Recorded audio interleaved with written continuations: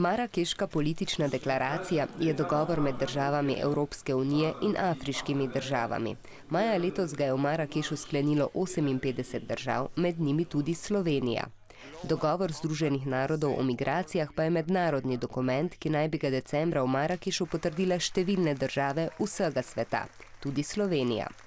V Marakeški politični deklaraciji so navedena prizadevanja Evropske unije, kako bolje urediti seljenje ljudi iz Zahodne in Severne Afrike v Evropsko unijo.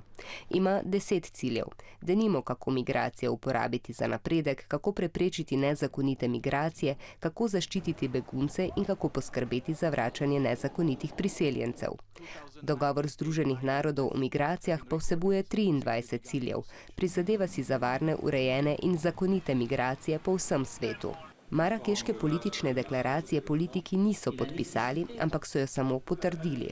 Prav tako politiki ne bodo podpisali dogovora Združenih narodov o migracijah, ampak ga bodo le potrdili. Vsaka država, ki se z dogovoroma strinja, bo migracije še vedno urejala po svojih zakonih.